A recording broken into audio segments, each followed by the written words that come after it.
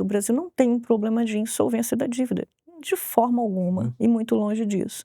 Nós temos um problema de sustentabilidade, ou seja, um problema intertemporal, onde a dívida não tem componentes estruturais de estabilização, né. Então a gente precisa realmente chegar a esse ponto de, trazer uma configuração das contas públicas tal que essa dívida se estabilize, e eu acho até que ela deveria cair um pouco, porque é um nível muito alto para um país emergente como o Brasil.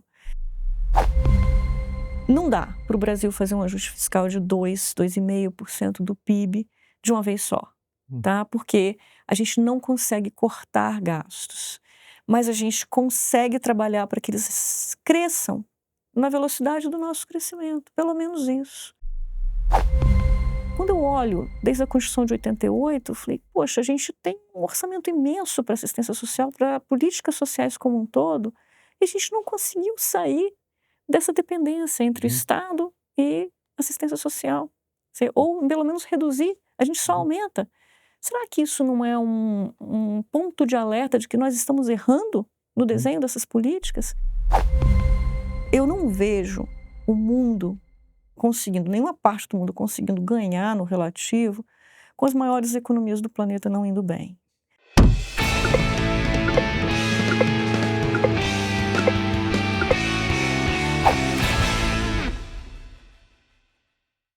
Bom dia, boa tarde, boa noite, gente. Um super prazer estar aqui com vocês. Segundo Café com Quiné do ano. E estamos aqui nada mais, nada menos com Ana Paula Vescovi, tá? Uma pessoa que trabalhou tanto no setor privado quanto no setor público do Brasil, com enormes participação, tá? E contribuições para o setor público brasileiro. Lembra que a gente sempre tenta trazer aqui, tá? Gente que mudou o Brasil tanto na parte privada como na parte pública. E um enorme respeito e carinho que a gente tem aqui no programa por pessoas que dedicaram parte da sua carreira ao setor público ao mudar o Brasil. O currículo dela é tão extenso que eu vou ter que ler algumas partes aqui, tá, pessoal? Geralmente eu guardo de cabeça, mas economista, mestre em economia do setor público pela Universidade de Brasília, administração pública pela Fundação Getúlio Vargas, atuou como secretária do Tesouro Nacional durante o governo Temer, secretária executiva do Ministério da Fazenda, tá? Foi secretária da Fazenda do Espírito Santo, gente, um dos melhores estados, mais bem gerenciados estados do Brasil no momento, tá?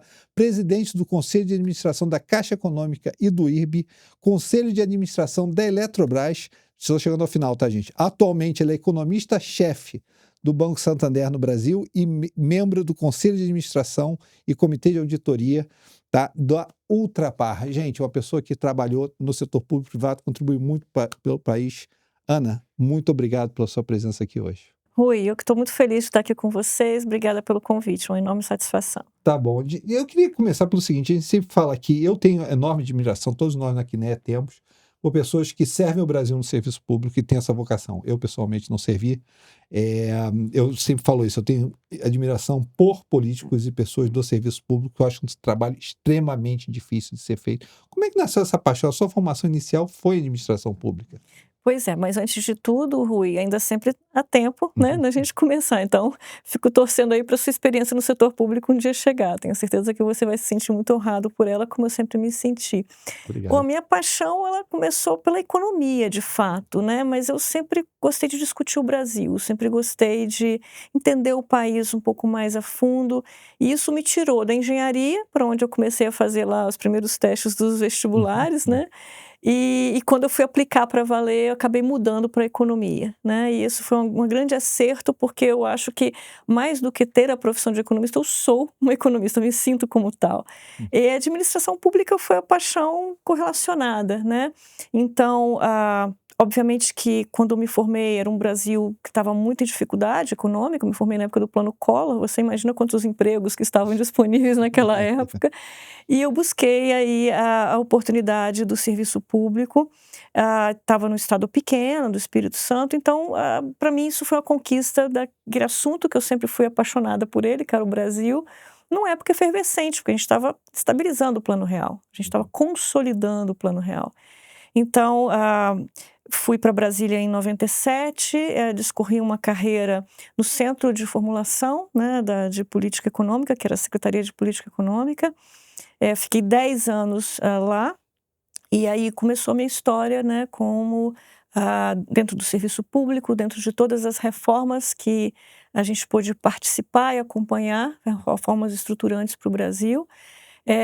Bom, a vida vai te levando para outros caminhos. Eu também, eu acho que um momento muito importante da minha carreira foi quando o governador Paulo Artung me chamou para voltar para o Estado, e a gente cumpriu ali um papel, uma contribuição para também mudar um pouco a realidade do Estado, fazer um ajuste fiscal e colocar as contas em ordem.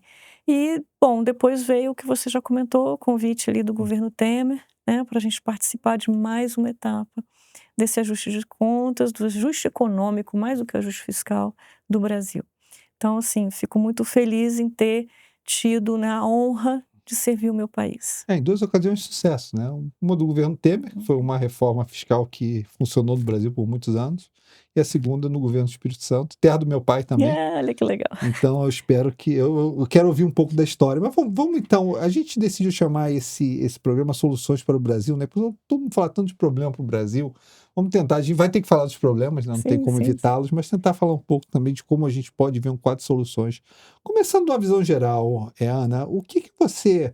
A gente está em crise no Brasil no momento, se a gente está em crise, que crise é essa, né, e qual é a duração? Como é que você vê o quadro atual da economia brasileira? Bom, acho que a gente deveria começar entendendo que é uma economia que sofreu fortes estímulos desde do choque da pandemia, e esses estímulos vieram sendo um componente importante da ocupação da capacidade ociosa que a gente tinha na economia. Então, a gente cresceu depois desse choque muito por aproveitar, utilizar essa capacidade ociosa. E nesse momento ela esgotou.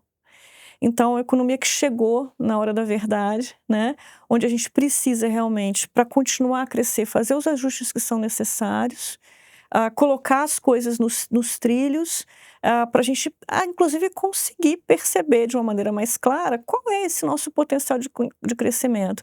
Você deve se lembrar, Rui, que eu acho que a grande discussão do ano passado foi quanto que o Brasil consegue crescer sem gerar pressões inflacionárias, né? Então, aí tinha um grupo que falava, não, as reformas que a gente fez foram muito importantes e aumentou o E o potencial de potencial, crescimento do Brasil.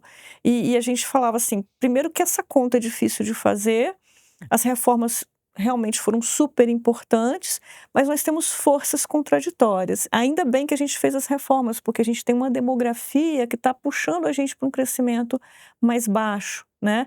E essa demografia é nada mais do que o envelhecimento da população e um menor número de pessoas que cada vez mais vai ficar fora ou menos à disposição do mercado de trabalho. Então, essas forças estão aí. Essa hora da verdade chegou com a ocupação da capacidade ociosa e nós estamos num momento onde que o mundo também não está fácil. Então, como é que eu vejo a economia nesse momento? A gente vai ter realmente condições de trazer à discussão questões que são mais estruturais, mais de longo prazo, mas das quais a gente não vai poder fugir. Primeiro, acho que é positivo, que é o fato de nós termos vantagens comparativas, uma situação externa super vantajosa comparada com nossos pares, com os países emergentes. As duas coisas estão um pouco associadas, né? Nossa condição externa, nossa balanço de transações correntes muito favorável, nosso balanço de pagamentos favorável e as vantagens comparativas. E do outro lado, um problema fiscal, que aí remete ao termo crise, né? Eu acho que os últimos eventos têm nos trazido a uma crise de confiança, sobretudo, e aonde a gente fala que há uma desancoragem tanto em relação à política fiscal quanto em relação à política monetária. E basta a gente ver as evidências para entender onde está essa desancoragem, né? E quando a gente pensa, a gente falou, né, a crise hoje passa pelo fiscal, né? Eu sempre digo, o Brasil não é insolvente, né? O Brasil é simplesmente aquele cara que tem o seu salário, mas não aparece no banco para pagar ultimamente, né? Quer dizer, não demonstra vontade de pagar. Aquela história, a mulher de César não basta ser honesta, tem que parecer honesta, né? E o Brasil não parece querer mostrar um caminho de volta a uma estabilidade da sua relação dívida-PIB. Mas você teve uma participação muito importante, que pode servir da solucionática do Brasil, que foi o ajuste fiscal de 2016 a 2018. Né? Você podia descrever para a gente o que foi o processo de você estar lá, nesse momento, onde a gente tinha uma crise de dívida também, na época de credibilidade e dívida? na época da Dilma, e que vocês conseguiram passar por cima disso, quais foram as condições políticas, quais foram as condições de bastidores que permitiram que vocês conseguissem fazer aquilo que foi feito no Brasil naquela época? Primeiro que nós tínhamos um diagnóstico muito claro, né, e você tocou num tema muito importante, o Brasil não tem um problema de insolvência da dívida, de forma alguma, Uhum, e muito longe disso. Nós temos um problema de sustentabilidade, ou seja, um problema intertemporal, onde a dívida não tem componentes estruturais de estabilização, né, então a gente precisa realmente chegar a esse ponto de trazer uma configuração das contas públicas tal que essa dívida se estabilize, e eu acho até que ela deveria cair um pouco, porque é um nível muito alto para um país emergente como o uhum, Brasil. Isso cobra o seu preço, né, na forma de taxas de juros mais pressionadas. Então, naquela época, a gente tinha um diagnóstico muito claro de que a gente precisava endereçar, ainda que gradualmente, ao longo do tempo, a uma a digamos, uma ancoragem para essa perspectiva de estabilização da dívida. Aí veio a regra do teto, e o esforço de fazer uma reforma da Previdência, que era a primeira agenda, uhum, né. Então acho que a reforma da Previdência começou ali, com vários estudos, era um tema ainda muito, digamos assim, concentrado em uhum, poucos atores, então a gente precisou trazer essa discussão para a sociedade. Alguns momentos nós erramos na comunicação, tratamos de acertar para poder trazer, por exemplo, todas as nossas contas, né, os dados, os modelos, tudo a público, então qualquer ator aqui no mercado, na uhum, academia, podia seguir a gente no nosso raciocínio, isso uhum, ajudou muito na discussão, e a gente foi criando um contexto, né, para poder depois chegar ao que nós chegamos futuramente, em 2019, na reforma da Previdência. Nós fizemos reformas também no mercado de trabalho, né, a uhum, reforma trabalhista foi muito importante, porque ela trouxe flexibilidade e mais segurança jurídica ao mercado de trabalho. Nós trouxemos também a redução dos subsídios creditícios e financeiros, que eram muito associados aos empréstimos do BNDES, uhum, por meio da aprovação da TLP, e isso foi muito importante, porque isso aumentou a potência da política monetária, e ao mesmo passo que a gente tirou, né, foi tirando componentes, tanto da redução da transparência, porque o que a gente publicava de resultado era um só, né, o que a gente mostrava de receitas ou despesas era o que realmente transitava pelo orçamento e era um resultado só, a gente não tinha vários, né. uhum, E tinha uma preocupação muito grande em comunicar esse princípio de, vamos dizer assim, austeridade, né, esse compromisso de fazer o que era certo, embora fosse difícil. Isso se seguiu realmente a um ganho de confiança, e uma política monetária que do lado lá do Banco Central, né, conseguiu nessa, coordenação muito boa que nós tínhamos entre a política fiscal e a monetária, relaxar, né, aquela o aperto de condições financeiras que a gente recebeu ali em 2016. Então eu acho que foi um conjunto de um time muito focado, com diagnóstico bem trabalhado, acho que o Brasil tem essa vantagem, os diagnósticos está aí, basta a gente ver, se apoiar neles e os testes empíricos nos levam a uma possibilidade, né, mais digamos, a um universo mais, firme, né, mais confiante desse diagnóstico. A gente era muito baseado nisso, um time coeso, né, nós éramos uhum, todos muito próximos, então a gente pensava muito próximo ou igual, uhum, então as discussões internas eram quase que em alguns detalhes, mas a comunicação se favoreceu com um time que pensava muito parecido, a liderança do ministro Meirelles e um tema que é muito importante, inclusive para os padrões, para a gente discutir aí as oportunidades de solução atuais. Nós tínhamos uma coordenação política muito próxima do uhum, Congresso. Então, nós, economistas, estávamos preocupados com a formulação, com os testes, com a argumentação, a prova do que a gente falava, uhum, a construção de uma comunicação mais limpa, mas nós tínhamos uma coordenação política muito eficiente, muito efetiva. Isso ajudava muito a gente. Então a gente ia para dentro do plenário, a gente ia para dentro do Congresso ajudar na aprovação das matérias, nós estávamos lá presentes. mas junto com a coordenação política do governo. Então esse é um elemento muito importante, porque é a política que aprova, no Uhum. final das contas, é a política que muda o país, é a política que é o mais importante ali na ponta, né. O nosso trabalho está no backstage, vamos Uhum. falar assim, né. O que você acha, né, que gerou esse consenso no Brasil? Porque, eu vivi isso na época, mas eu acho que muita gente não viveu, tá? Não, ou pelo menos não tinha o conhecimento, não tinha o detalhe de conhecimento do que estava acontecendo na época. O que que gerou as condições para que esse ajuste, que foi um ajuste muito significativo no Brasil, pudesse acontecer, esse consenso que existiu entre o executivo e o Congresso, para que esse ajuste realmente fosse posto em prática?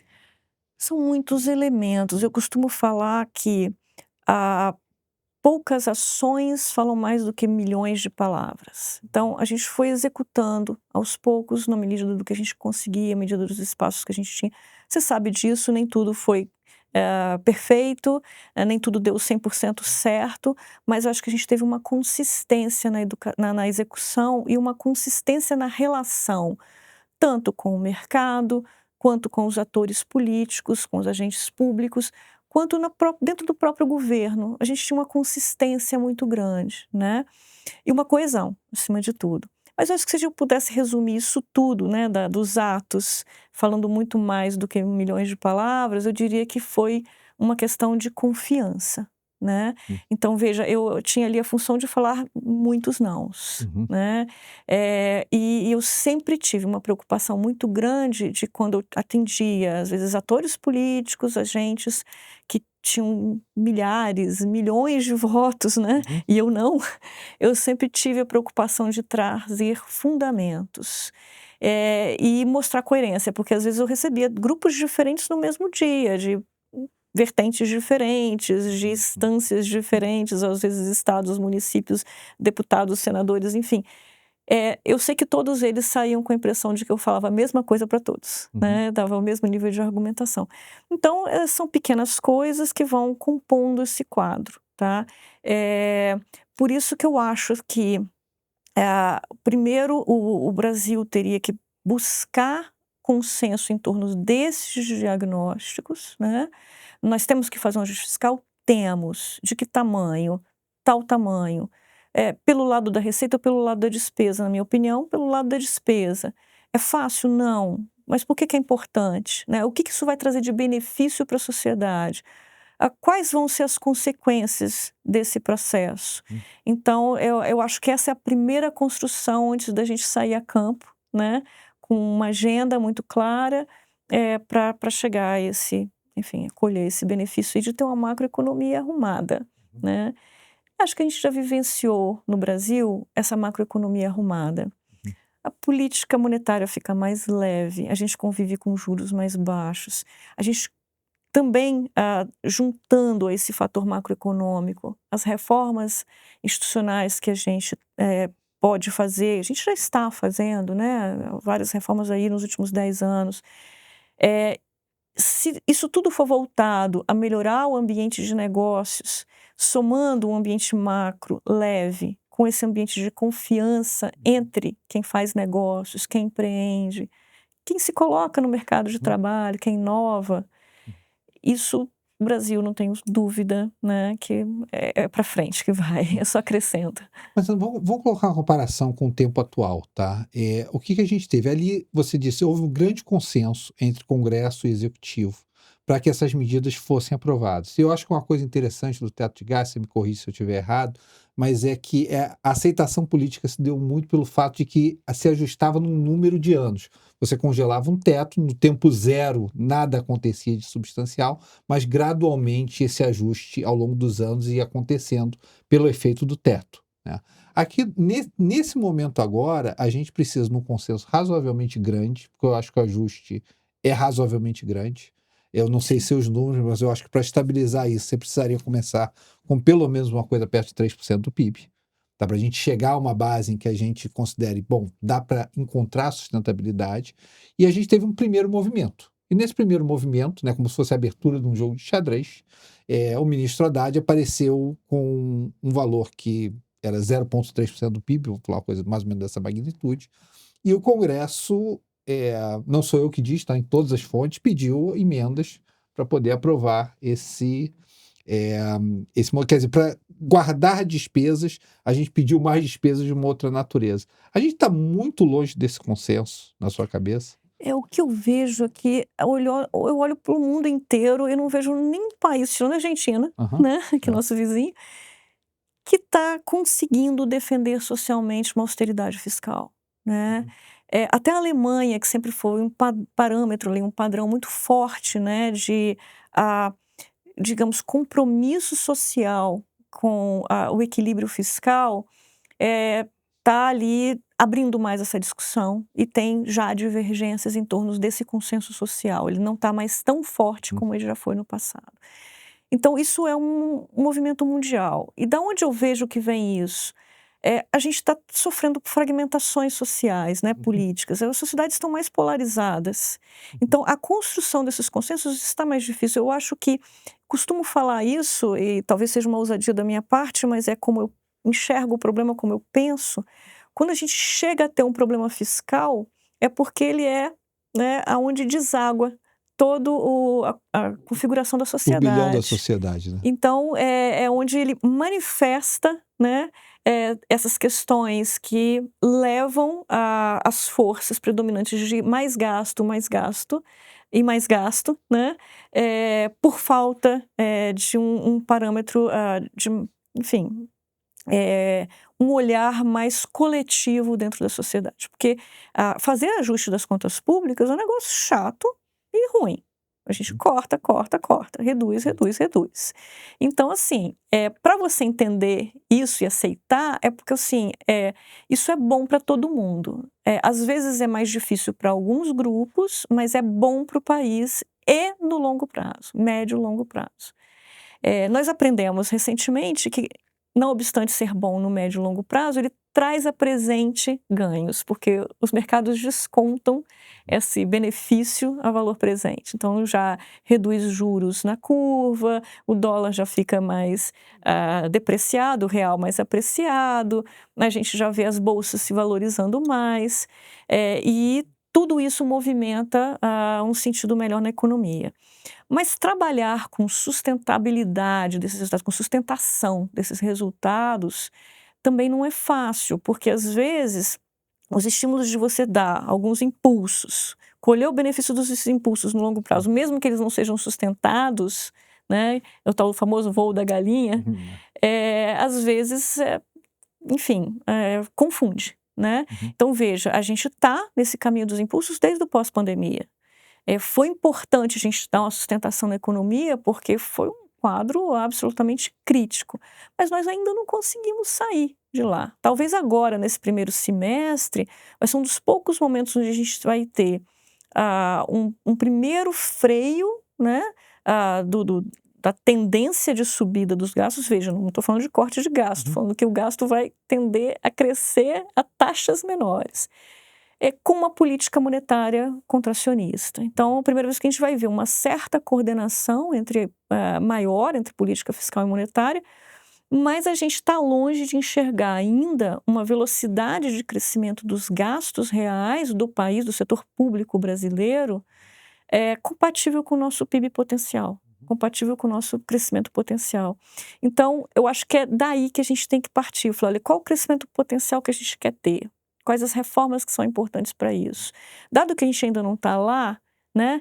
Qual é o tamanho do ajuste fiscal? E eu sou um pouco mais otimista, talvez, que você. Eu acho que se a gente começar a fazer um ajuste de um ponto de percentagem, daqui a pouco mais né, consegue consensos para mais outras etapas, somando, né, esse ponto de percentagem, os mercados já vão melhorando, os preços dos ativos já vão se comportando e vai ajudando a gente a, primeiro, criar esses consensos, segundo, a fazer esse ajuste fiscal de uma forma mais moderada. Não dá para o Brasil fazer um ajuste fiscal de 2,5% do PIB de uma vez só, Hum. tá? Porque a gente não consegue cortar gastos, mas a gente consegue trabalhar para que eles cresçam na velocidade do nosso crescimento, pelo menos isso, né? Se não for isso, a gente não vai ter estabilização da dívida. Então vamos pensar, se esse gasto cresce a 4,5% por ano, com o PIB que steady state, né, deve crescer 2 aí, aproximadamente, esse número não é observável, são contas, mas que pode crescer 2%, poxa, a gente tem que baixar essa velocidade, a gente tem que colocar um freio nisso. Mas, por outro lado, a gente vai perder esses impulsos, a gente vai ver uma economia mais natural, né? Também sem os freios muito fortes, né? Então, assim, isso tudo são debates que precisam ser trazidos, né? A gente precisa crescer com mais sustentação. Por que que isso é tão importante? Porque quando você faz um investimento no país, quando você toma uma decisão de investimento, você mira 10 anos, 15 anos, 30 anos. Então, é importante que você tenha um cenário para frente, né? Plausível, confiável e mais ou menos garantido, assim, sem tanta oscilação. Então, confiar, né, ter uma visibilidade do futuro da economia brasileira um pouco maior, ajuda muito no processo de tomada de decisões de investimentos. Vamos pensar então nisso. Você falou, primeiro achei esse é um ponto bem relevante, tá? Eu até argumento, a nossa carta desse mês é Fahrenheit 451, aquele livro, né? Sim. Em que a gente basicamente disse que os livros de economia estão sendo queimados, como eram queimados no livro, e o fiscal desapareceu do mundo inteiro, não só do Brasil, Isso, né? isso. Eu argumento até que quem começou esse processo com mais veemência foi os Estados Unidos, que descasou o déficit do ciclo econômico. Quando você estava no ciclo econômico maravilhoso, ele começou a expandir o déficit com um ciclo econômico positivo, que era uma coisa que nunca tinha acontecido na história recente. Acho que o Brasil pegou um pouco de carona junto com os outros ali. Mas dá para ver também o quanto afeta a popularidade de governos quando você vai na direção contrária. Basta ver o Macron, quis fazer qualquer ajuste ali, perdeu 2 primeiros ministros, né? E você está num processo difícil na França, né? Mas vamos pensar no Brasil, nessa solução do Brasil. Eu vejo 3 caminhos para a gente ajustar isso. Pode ser gradualmente, como você mencionou, né? Ou você cresce as despesas mais devagar, né? Ou houve um teto, houve alguma desindexação, ou você lida com as renúncias fiscais, que são mais ou menos 5, 6% do PIB, e aí vai tudo, né? Zona Franca de Manaus, automobilística, Simples. simples, todas essas coisas, ou você aumenta imposto, né? Como é que você vê esses 3 caminhos entre a desindexação, entre reduzir as renúncias e entre aumentar impostos para que a gente chegue nesse balanço no Brasil? Bom, eu sou uma economista que defende o ajuste pela despesa, Uhum, tá? Por quê? Porque, se você consegue fazer um governo mais leve, você ajuda a economia como um todo, né, a poder ter uma provisão de recursos maior. Vou traduzir um pouquinho o que eu estou falando. Governos que não estão ajustados, eles geram uma despoupança, eles capturam poupança gerada na economia, seja internamente, seja aquela poupança que vem de fora por investimentos, enfim, por portfólios estrangeiros. Mas governos despoupadores retiram recursos da economia. O Brasil é uma economia emergente. A uhum. economia emergente usualmente tem escassez de capitais. Então, a gente ter esse governo que não despoupa ou não despoupa tanto, Uhum. né, que a nossa despoupança é cerca de 6% do PIB.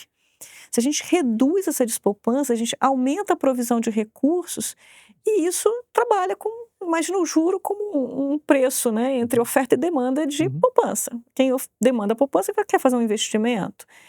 Quem oferta de poupança é quem gera, né, excedentes do seu processo, no seu Só para processo explicar para o pessoal produtivo. de casa, né, como é que você calcula esse 6% do PIB de despoupança?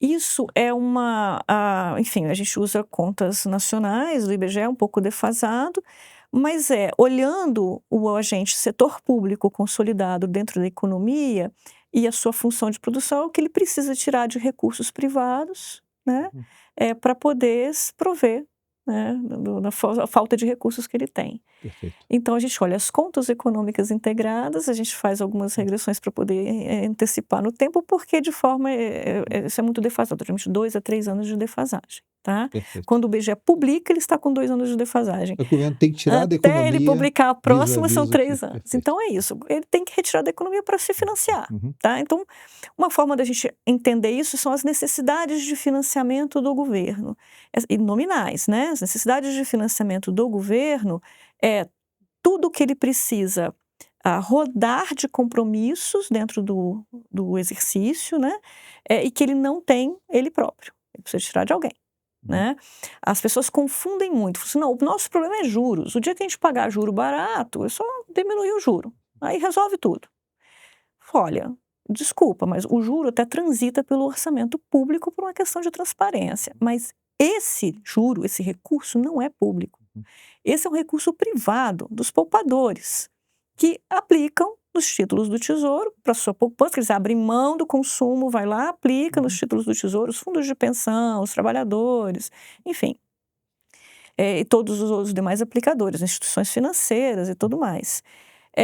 Mas esse dinheiro é privado, né? Por acaso ele transita no orçamento. É diferente do imposto, né, e das outras fontes financeiras do governo que são públicas. Essa fonte não é pública. Então o problema não é juro, o problema é o resto. Uhum. Então quando a gente tem uma necessidade de financiamento muito grande, seja para a rolagem da dívida, para os compromissos primários e despesas do governo, a gente despolpa.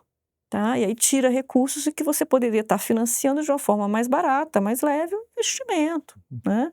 Por exemplo. Então, o que eu defendo é que a gente tenha realmente esse governo mais leve. E aí eu ouço eu já fiz esse debate por muitas e muitas vezes, tá, Rui? Isso é uma coisa que perpassa quase que a minha Uhum. carreira de economista. E aí algumas pessoas nesse debate falam o seguinte: ok, mas nós vivemos num país pobre, né? Nossa renda média é baixa. Nós somos um país de renda média, na Uhum. verdade. É uma renda média de R$ 3.600. É uma renda média baixa. E nós temos muitas carências sociais, então nós precisamos ter muito Estado, né? Mas eu, até por ter uma experiência de ter convivido com o Estado em diversas instâncias, acho que a gente tem um Estado que pode ser muito mais eficiente. Então, um país que está em desenvolvimento, que tem escassez de recursos, que precisa atender demandas sociais muito fidedignas, tem que ser muito eficiente. Uhum. Tá? Então, eu acho que o caminho da eficiência é que faz esse elo de ligação entre o Estado mais leve, mas que seja promissor para os seus cidadãos. Uhum. A gente está assistindo uma mudança muito importante da configuração da sociedade no Brasil, né? Nós temos uma sociedade que, principalmente depois da maior acesso à educação, a meios de informação, a própria tecnologia das mídias sociais, é uma sociedade que está muito mais empreendedora. Ela está buscando muito mais a sua autonomia, o seu espaço de produzir, Uhum. do que a assistência do Estado. A assistência do Estado é importante? É, porque a gente tem um nível de pobreza, né, ainda relevante para poder ter um programa Bolsa Família e tal. Mas tudo isso pode ser melhor testado e colocado no seu devido tamanho com um desenho melhor. Uhum. A gente tinha um desenho muito interessante do Bolsa Família, ele foi se perdendo ao longo do tempo. A gente pode melhorar muito esse desenho. Tá aí a distorção das famílias unipessoais, Uhum. né? Então, até nas áreas mais nobres da política pública, como assistência social, como os benefícios a produtores, como vários outros, né, benefícios que a gente tem, nós temos distorções, nós temos desvios. Isso precisa ser resolvido.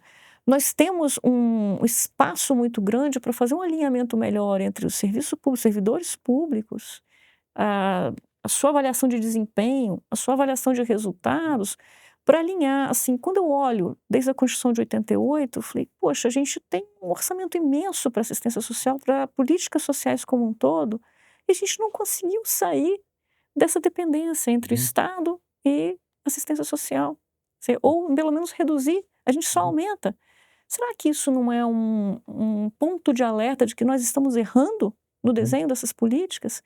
O que vai fazer a gente superar isso, né? Então eu acho que tem essa vertente que é tal da reforma administrativa, para mim passa por isso, ela é menos uma reforma fiscal e mais uma reforma de eficiência no uso dos recursos públicos, com desenho de agências, com desenho de incentivos aos servidores, com desenhos de formas de contratação dentro do setor público, com os incentivos corretos. Para mim, isso que é a reforma administrativa. A gente ainda está devendo essa reforma. E a gente tem a questão demográfica, que é um Uhum. ponto de super atenção, né? Então, assim, tem uma escassez de recursos no mercado de trabalho para frente. Cada vez mais a gente vai lidar com isso. Uhum. Então, a gente pode tornar os requerimentos no mercado de trabalho mais leves, Uhum. porque tem menos pessoas dispostas, né, oferecendo força de trabalho, porque a sociedade está envelhecendo como um todo. Então, o que eu vejo é que o setor público acompanha pouco a dinâmica da sociedade. A gente tem que buscar fazer um catch-up, né? A gente tem que buscar recuperar esse espaço de tornar o Estado mais dinâmico, mais leve e deixar mais espaço para esse público que quer empreender, quer inovar, das empresas prosperarem, dos investidores virem trazendo recursos para o Brasil. Isso passa por ambiente de negócios. E para uma macro organizada, como a gente já falou, né? Não, o exemplo que eu sempre dou é até o exemplo aqui da Quineia, né? Quando o governo saiu do BNDES, né? Quando o BNDES secou recursos, como cresceu o investimento em infraestrutura privada, né? E capital privado para financiamento de infraestrutura no Brasil de uma maneira muito mais Não, eficiente. assim, um exemplo que eu trago sempre do saneamento, né, que me passaram numa reunião, é assim, teve algumas empresas de saneamento foram privatizadas, alguns contratos de saneamento foram concedidos, e um caso emblemático é no Rio de Janeiro, né, que você IGE, né? tinha já você O tinha Radamés ali esteve aqui no programa. pois é, foi numa reunião com eles que eles me contaram, foi num evento, na verdade. Até o presidente também participou desse mesmo evento. Assim, tinha um problema de um emissor, né, Que saía ali em em Botafogo, né? É. Botafogo, e que estava há 30 anos com um entupimento, uma falha, que eles diagnosticaram, perceberam que era um custo relativamente barato para resolver isso com 30 milhões de reais, alguma coisa nesse sentido, e a praia ressurgiu, né. Da Praia do Flamengo ressurgiu. Então, assim, ressurgiu e ressurgiu, obviamente, trazendo bem-estar, mas trazendo também mais oportunidades ali para o entorno. Então, acho que são exemplos de que a gente tem que cuidar melhor das coisas no Brasil, né. Acho que o saneamento é um grande exemplo, né, mas a gente tem a energia elétrica, a gente tem outros setores que, se a gente melhorar esses contratos de regulação, a gente melhorar os incentivos para que as empresas do seu lado atuem em favor de uma coletividade, de um objetivo maior, por isso que eles são regulados. E, né, microeconomicamente eles têm condições de se perpetuar, ter lucro, se reinvestir, ter um crescimento orgânico. Acho que esse é o melhor dos contratos possíveis, né, entre sociedade, regulador, né, regulado. Vamos pensar um pouco nessa solucionar. Você mencionou duas coisas durante esse papo até agora. Primeiro, que você resolveu as coisas em 2016, 18 com o teto de gastos, que era transferir um pouco para o futuro a questão. Ia se resolvendo aos poucos, porque nenhum governo no mundo hoje tem capacidade de fazer um ajuste rápido. E a segunda coisa que você mencionou foi a reforma administrativa, que não andou. Mas uma das maneiras de fazer essa reforma andar era dizer que só valia para as pessoas que entrassem a partir de agora e as Sim, pessoas sim. do passado manteriam os seus benefícios. Então parece que a resolução de qualquer crise fiscal pública passa por você diluir esse problema em um número de anos, para que se aceite e gradualmente se entre em envelopes que permitam esse tipo de crescimento. Você vê um caminho no Brasil, porque em algum momento a sociedade vai ter que sentar e vai ter que dizer assim, olha, Isso, vai ter que ter um novo acordo, como teve no Temer, isso, dizendo isso. assim: olha, a gente vai ter que fazer esse ajuste. Você vê um novo caminho parecido com esse, que a gente possa fazer um novo modelo parecido com o teto de gastos, em que isso se dilua no número de anos e a gente entre nesse envelope certo em, vamos dizer, 5 anos, ou não? Rui, eu tenho uma suspeita, né, é um tema que às vezes me aflige um pouco, né, estou fazendo uma confissão aqui. Eu tenho uma suspeita que, depois que a gente aprovou uma emenda constitucional, quer dizer, um compromisso social forte, é o mais forte que a legislação brasileira permite, e facilmente a gente saiu furando e acabou com ele. Depois, foi aprovando outros compromissos que, enfim, têm lá suas controvérsias. Eu acho que a gente tem que se preocupar menos com o regramento, porque não sei se ancora mais, e mais com as ações. Aí eu volto num outro ajuste fiscal que foi feito entre 98 e 2002, que deu sustentação ao Plano Real, tá. A gente não tinha lei de responsabilidade fiscal ainda. A gente foi ter lá em 2000, ela estava sob discussão, mas a gente tinha um amparo ou anteparo, de um acordo com o Fundo Monetário Nacional Internacional. A gente precisou, né, desse anteparo naquela época, a situação hoje é completamente diferente, mas naquela época precisou. E a gente tinha esse compromisso com eles, a cada trimestre era checado, né. Então o que que acontecia? A gente, executava aquelas, tarefas lá, trazia o resultado e a gente ia cumprindo a cada trimestre, gradualmente, ia demonstrando esse resultado. E lá na frente a gente conseguiu edificar e ter a lei de responsabilidade fiscal, que foi um marco muito importante na época. Mas o que eu quero dizer? Primeiro a gente fez, teve as ações, a gente provou com ações que a gente conseguia fazer. Óbvio que o ambiente era diferente, tanto que a gente fez muita coisa pelo lado da receita na época, mas a carga tributária era muito menor e a gente estava substituindo ali a carga do imposto inflacionário, Uhum. né. Então, eu traduzo aquele momento para agora para dizer que a minha suspeita é que nesse momento talvez a gente tenha que fazer realmente as medidas e aprovando medidas que tornem esse Estado mais leve. Questão da vinculação do salário mínimo a um reajuste real, a questão da vinculação das receitas às despesas de saúde e educação, um novo modelo dentro do mercado de trabalho que mude, que tenha um seguro, né, para os trabalhadores, mas que seja vinculado ao seu percentual de contribuição a esse fundo, às suas reservas, para trazer incentivos de uma permanência mais duradoura na relação de trabalho entre empregador e empregado, quer dizer, mudar o fundo de garantia, mudar seguro-desemprego, mudar a bônus salarial, né? Enfim, redesenhar isso para melhorar os incentivos e até o suporte, né? A trazer um seguro de fato ao trabalhador em função de eventual desemprego. Então, isso tudo são desenhos que estão aí e que podem ser melhorados. Nada é fácil de fazer, tá? Eu vejo ainda muitos subsídios nos fundings, né, que a gente tem no Brasil. Esses subsídios são pagos por alguém, assim, o FGTS é um funding subsidiado, os trabalhadores que depositam seus recursos lá, enfim, né, não deixam de colher o benefício de que eles estivessem aplicando esse recurso, por exemplo, no Tesouro Nacional. E isso prejudica a potência da política monetária do outro lado. Então, eu vejo uma série de circunstâncias que a gente tem como oportunidade para criar os consensos, discutir, aprovar e ir trazendo essa confiança. A gente tem um problema de confiança, eu volto à questão da desancoragem da política fiscal, da desancoragem da política monetária, está aí a inflação, a expectativa de inflação bem acima do centro da meta, está aí as expectativas de resultados fiscais bem acima das metas anunciadas pelo governo, os resultados fiscais diferentes do que são o cumprimento da meta, né? Então eu vejo essas condições criando esse desconforto e essa perda de confiança, essa confiança mais, enfim, A necessidade de frouxa, parecer né? honesto, né? A necessidade de... Então eu acho que talvez o caminho seja a gente começar a fazer e aprovar e mostrar e aos poucos chegar lá. E lá na frente falar o seguinte: qual que é o melhor compromisso da gente refazer esse elo agora, tá? Eu não estou abolindo a necessidade de uma regra fiscal, de um parâmetro, tá? Só estou falando que talvez isso não seja mais suficiente para ancorar, dado o passado Perfeito. recente. Então, olha só, vamos pensar, você falou de 2 exemplos interessantes, tá. O exemplo que você falou em que gerou o superávit de 3%, chamado superávit de 3%, foi o segundo governo Fernando Henrique, ali, o período que você Sim, falou, sim, 98, 2002. isso, Mas Fernando Henrique não teve um governo muito feliz de 98 a 2002 e não elegeu isso, seu sucessor. Teve a isso. crise do apagão e tudo mais, mas a verdade é que o segundo governo dele não foi de popularidade como o primeiro, e ele terminou o governo um pouco desgastado, não elegendo o sucessor.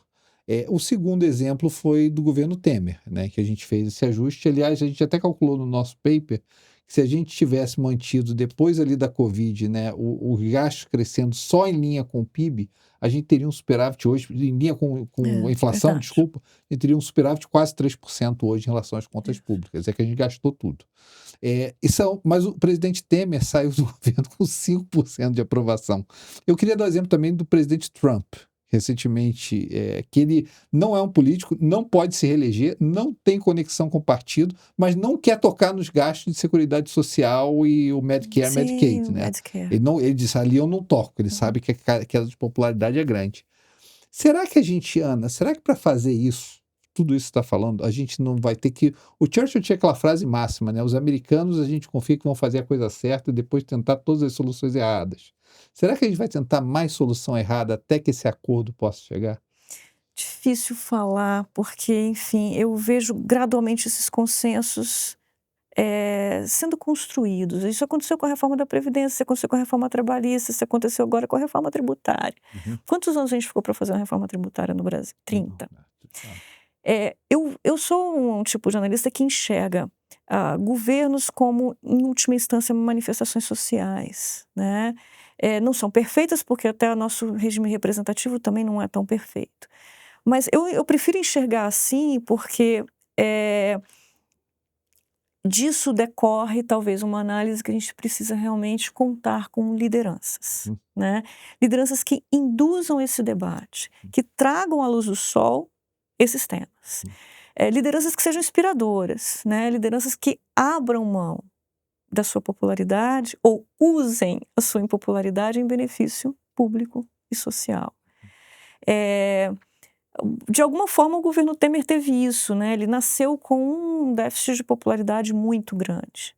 E volta e meia... Ele não conseguiu ser candidato. E volta e meia a gente tinha isso. Não assim, é que ele tentou ser candidato, ele não conseguiu ser candidato. A gente não tem nem popularidade a perder, então vamos fazer o que é bom para o país. Tá? E olha o reconhecimento que esse período tem.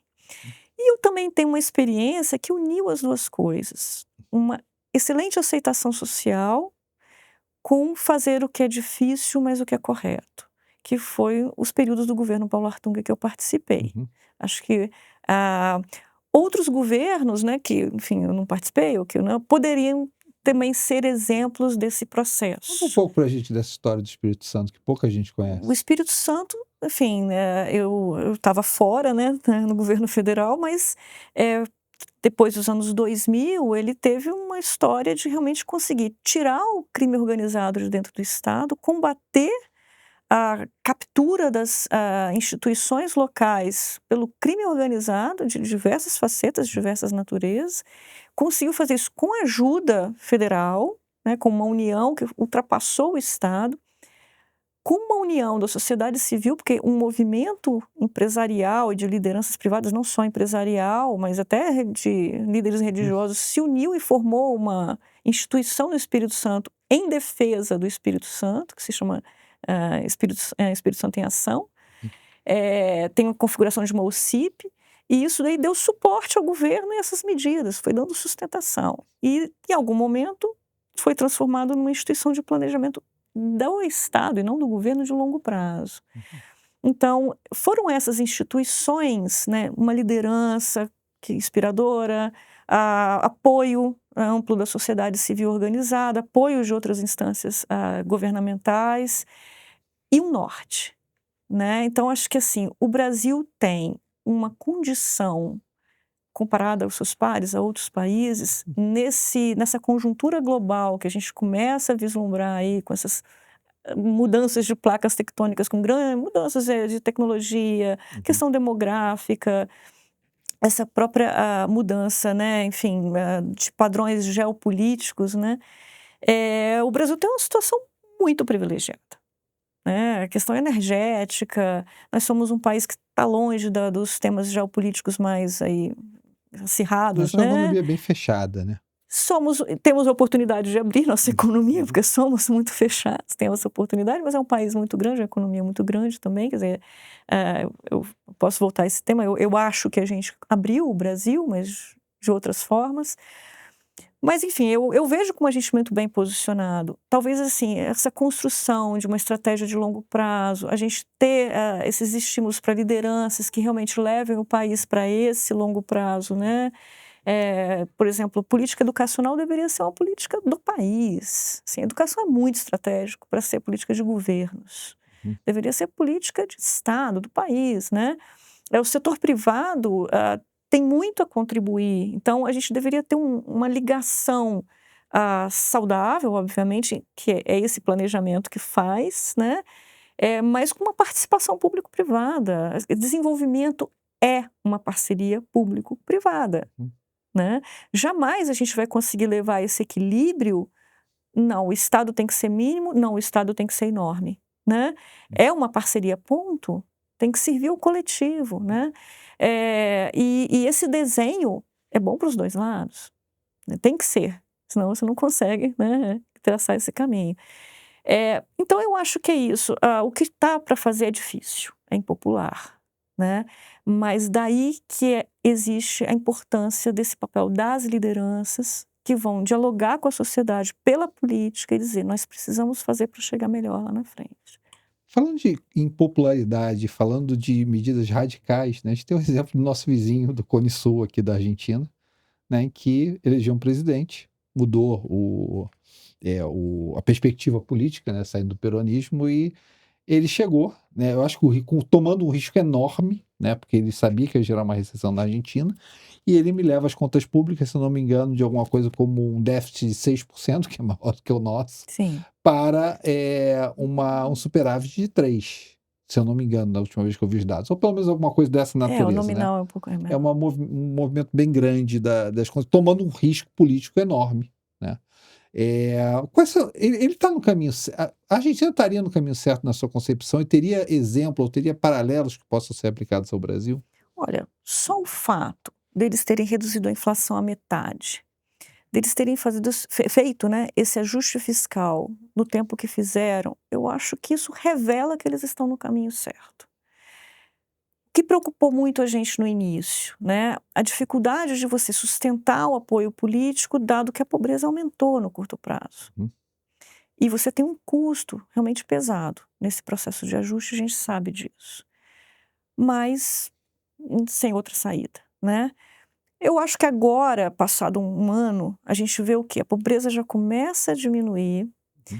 a atividade já começa a ter um turning point, né, já começa a mudar para suavizar, né, essa crise que foi ali, essa queda de PIB mais forte que houve no ano passado, então esse ano deve ter um crescimento forte, dado que a base é mais baixa. E surpreendentemente, assim, pela composição de governo, dentro do governo tem peças que facilitaram essa coordenação política, Uhum. principalmente com as províncias. Então, o caminho certo está evidente, porque o resultado está mostrando isso para gente. É fácil? Não é. Está garantido? Não. O trabalho tem que continuar, né? O trabalho tem que continuar e ele vai ser reeditado em algumas dificuldades. Por exemplo, ainda não houve a liberação do câmbio, o mercado cambial ainda está controlado. Lembra o Plano Real? Também teve esse Uhum. início É. com alguma ancoragem na taxa de câmbio. Banda exógena. E depois a gente conseguiu fazer a flexibilização ali, 99 para 94, quase 5 anos, né? Quase 5 anos depois. Foi um momento tenso, mas deu certo. Então, Foi um momento talvez tenso para minha poupança naquela época.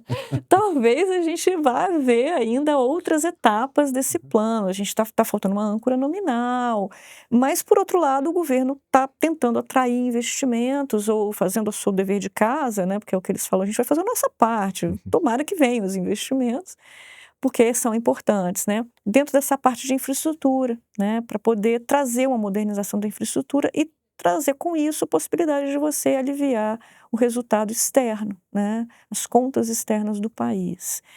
A promessa do gás, Vaca Muerta, toda essa parte de energia, a agro é muito forte, agora sem os subsídios, né, ou sem as travas a exportação, isso pode ajudar. Então, assim, eu torço muito, né, sei o quão difícil é, mas eu acho que está ali, o começo está mostrando que essa é a direção. Tá? É fazer a coisa certa, né.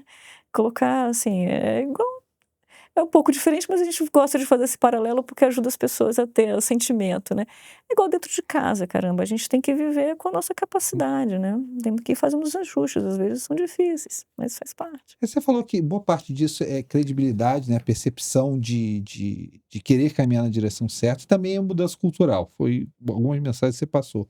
A gente tem não só a mudança cultural do Milei no momento no mundo, né, mas também a gente tem um pouco da mudança cultural dos Estados Unidos, que foi, para ser sincero, acho que foi quem começou essa história de grandes impulsos fiscais no mundo, né, ali no Trump One, quando você teve 2008, 2009, exatamente. Você crise começou ali, financeira você está global. certa, começou ali atrás, né, esses grandes impulsos fiscais que mudaram a cultura, não só do Brasil, do mundo, né, por quase aí 15 anos que a gente vive Os essa balanços situação. dos bancos centrais nunca se normalizaram depois da crise financeira global. Exato, Eles estão exato. todos Então isso foi alavancados. uma mudança cultural de muito tempo, né, quando a gente vive 15 anos de um processo, a gente nem lembra como é que o processo era antes, né.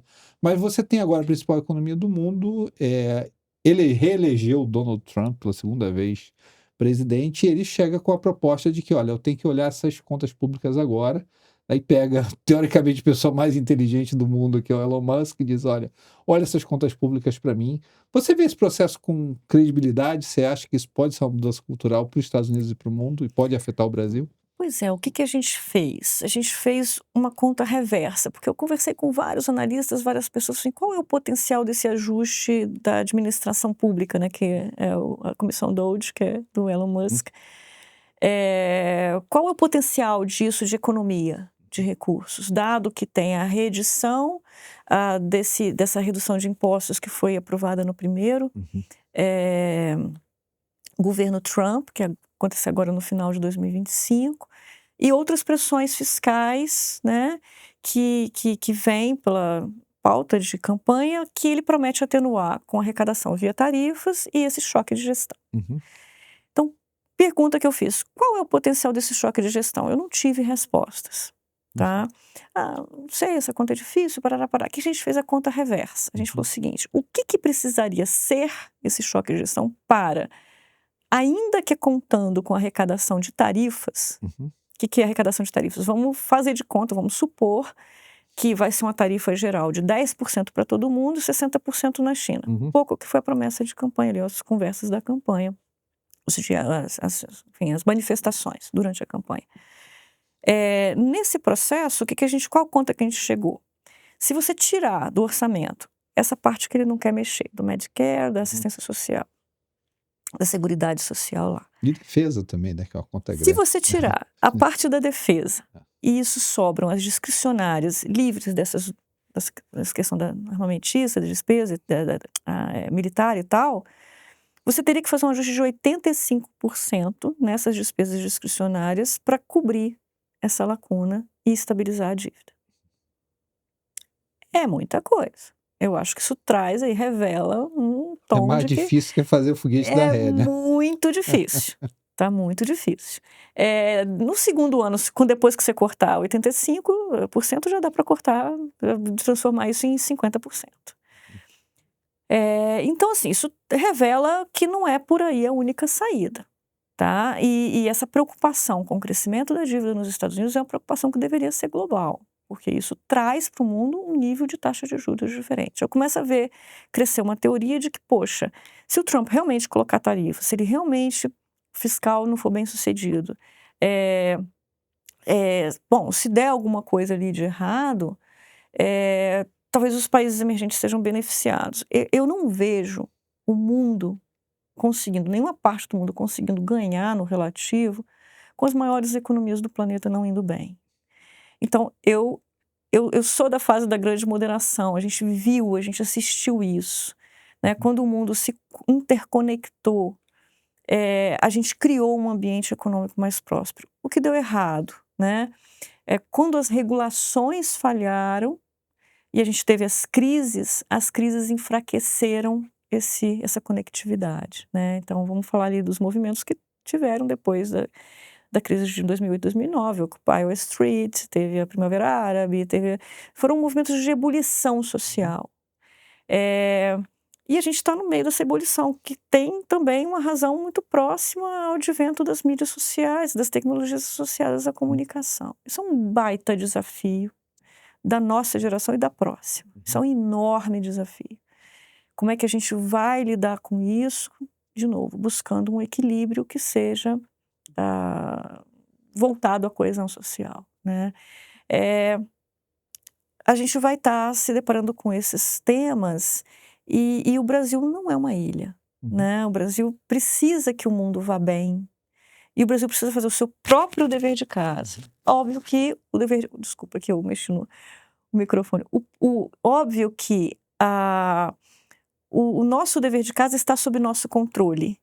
O resto do mundo a gente pode até influenciar, pode até discutir, participar dos debates, temos lideranças que têm, enfim, impacto global. Mas é só isso, né? A gente não está lá, a gente pode ajudar a discutir a reforma das instituições multilaterais, a gente é um país emergente muito relevante, tem um papel a tocar nesse negócio. Mas o primeiro dever de casa é o nosso, é o que a gente pode fazer por nossa própria conta, né? Acho que esse é um bom começo. Vamos pensar o seguinte, como na verdade grande parte do nosso tema são as possíveis soluções para o Brasil, vamos pensar um pouco junto aqui, mas queria ver muito sua opinião. Se a gente tivesse a caneta, né, e caneta Nossa. voto popular, né, e a gente tivesse, bom, vamos lá, 3 medidas que a gente possa fazer para colocar o Brasil no caminho certo, né, o que que você pensaria? Eu pensaria, em fazer uma reforma administrativa, fazer o ajuste fiscal, e recuperar essa confiança por meio Hum, dessas 2 reformas, e investir pesadamente em trazer incentivos para a sociedade para ela acompanhar essa dinâmica global. hum, Via o processo educacional, a gente precisa preparar os nossos jovens para esse futuro de tecnologia muito sofisticada, né, que tem hum, agora vários já 2 vertentes diferentes de inteligência artificial. uhum, A gente tem essa questão, de tecnologias associadas à medicina, biotecnologia, à questão climática, ao campo, né. Então, trazer esse processo, né, de dinâmica social aderente às necessidades, não só nossas, mas do planeta, né. Como é que você cria essa dinâmica social? Arejando, né.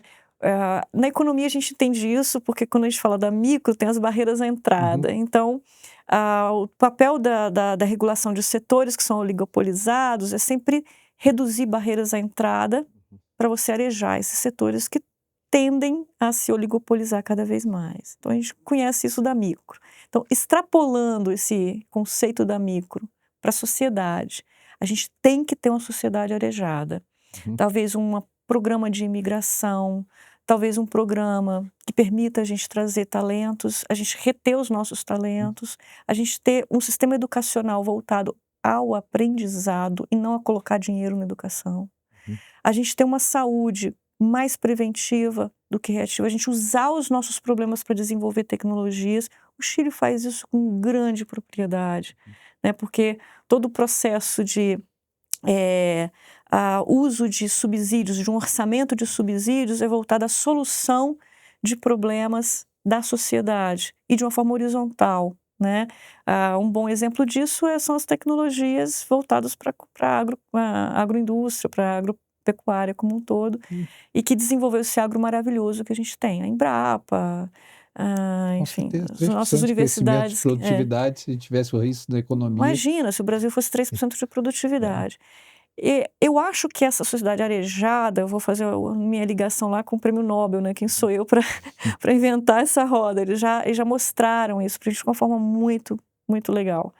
E ganhar o prêmio Nobel não foi à toa, O último né. prêmio Nobel você está falando. Isso, o Acemoglu, É, né, é. e os outros autores. Why Nations Fail, né. A gente arejando a sociedade, a gente cria instituições inclusivas, né, é arejar a política para novos entrantes, é arejar organizar esse processo para que a representação seja fidedigna, arejar a sociedade para que a gente tenha uma construção baseada não em algoritmos de mídias sociais que vão ativar essa polarização, mas na busca da solução dos nossos problemas, né, e numa profundidade, um aprofundamento maior, e melhorar a nossa comunicação social, porque o Brasil conhece muito pouco o Brasil, a gente conhece muito pouco o Brasil, né. Uhum. É o que eu falei agora, né, foi uma pesquisa da Fundação Perseu Abramo, se eu não me engano de 2017 que eu estou trazendo aqui com esse elemento. As periferias brasileiras estão muito mais ligadas ao processo de empreendedorismo. Hum. As pessoas querem empreender ou querem ter sua autonomia de trabalho muito mais do que a proteção Você do tem alguma ideia Estado. porque essa mudança cultural aconteceu no Brasil? Porque ela realmente aconteceu. Quando eu era novo, eu via programas como Porta da Esperança, né, que era dar a coisa para os outros. Enquanto hoje em dia as pessoas são muito Porta da mais oportunidade. Essa porta da oportunidade, isso é uma ótima notícia para o Brasil. uhum, Essa porta da oportunidade está crescendo. Alguns analistas me falam que isso está ligado a também talvez ao movimento evangélico ou enfim, a própria processo de evolução educacional, quer dizer, as pessoas tiveram mais acesso educacional na última década. a frequência ao ensino superior, aos cursos técnicos, tecnológicos, aumentou muito a Acesso à participação informação das pessoas. aumentou Então muito isso com foi internet, inclusivo, celulares, né? aumentou muito. O advento das mídias sociais, dos celulares, a tecnologia, quer dizer, são vários fatores somados que têm mudado a sociedade. A gente precisa entender melhor isso e permitir que isso areje a sociedade, né? Que traga um arejamento. Eu percebo, por exemplo, Eu como é que o acho que, Instagram baixou barreiras de entrada para pequenos pois negócios, né. é, os 2 primeiros temas que eu falei para você, assim, que eu poderia colocar reforma fiscal barra administrativa e ambiente de negócios, acho que os economistas sabem ajudar, né, a trazer os bons diagnósticos, os testes empíricos, avaliações ex ante e ajudar os políticos a fazerem discussão, e criar os consensos. O terceiro tema, que é esse arejamento social, não é uma coisa para economistas, né. Eu acho que é algo para a gente poder, trabalhar com várias vertentes profissionais para construir esse país que se areja e se prepara para resolver os grandes dilemas, os grandes problemas da sociedade do futuro. Que seja uma sociedade próspera, obviamente, Não, né. com certeza. Aliás, uma das preocupações, eu queria até saber um pouco sua opinião sobre isso, uma das preocupações que eu tenho é justamente que a gente não desista do nosso povo, né. Porque quando você tem o meu medo que eu tenho, quando a gente tem mais gente em Bolsa Família do que com carteira assinada no país, o meu medo é que a gente desista de um percentual da população, dando benefícios e não permitindo que essas pessoas realizem todo o potencial que elas podem realizar na vida, com melhor educação, com melhor acesso, com melhor preparo para a existência, né. Depois de quase, sei lá, enfim, 88, né, Constituição, onde a gente estabeleceu um programa, um projeto de muita proteção social no Brasil, não te causa estranheza a gente ainda ter esse nível de dependência das Uhum. pessoas do Estado? Aonde que a gente está E as falhando, pessoas não gostam de né? depender dos outros, a verdade é essa, né. Nós, enquanto sociedade, deveríamos ter fazer essa reflexão. Aonde que nós estamos falhando? Então, assim, a gente tem, eu estou dentro de um setor, de uma indústria, está sendo hiper desafiada, né?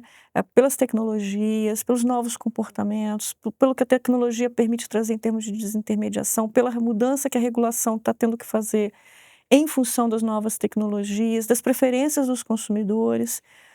Está aí uma indústria que está se colocando à prova e está correndo atrás de fazer essa captura, né, de como que eu entendo essa sociedade diferente, mais arejada, como é que eu contribuo para isso, como é que eu mudo o meu serviço. Assim, é isso, é a gente olhar, a gente usa o termo cliente, né, nós somos um negócio, então, olhar para o nosso cliente Brasil e entender o que ele precisa para prosperar, né. Eu acho que essa é a terceira ponta ali do que uma futura administração deveria fazer, um negócio complexo, envolve muito multidisciplinar, mas que a gente deveria gastar um bom esforço, um bom tempo para entender e para construir um caminho. Perfeito, Ana. Absolutamente fantástico. O papo que a gente poderia levar aqui certamente, né, por mais horas, mas a gente tem um limite aqui no programa, o pessoal já está reclamando aqui comigo. E olha, foi fantástica a conversa. Agradeço você muitíssimo, tá? Eu tenho certeza que o pessoal de casa vai gostar muito da conversa.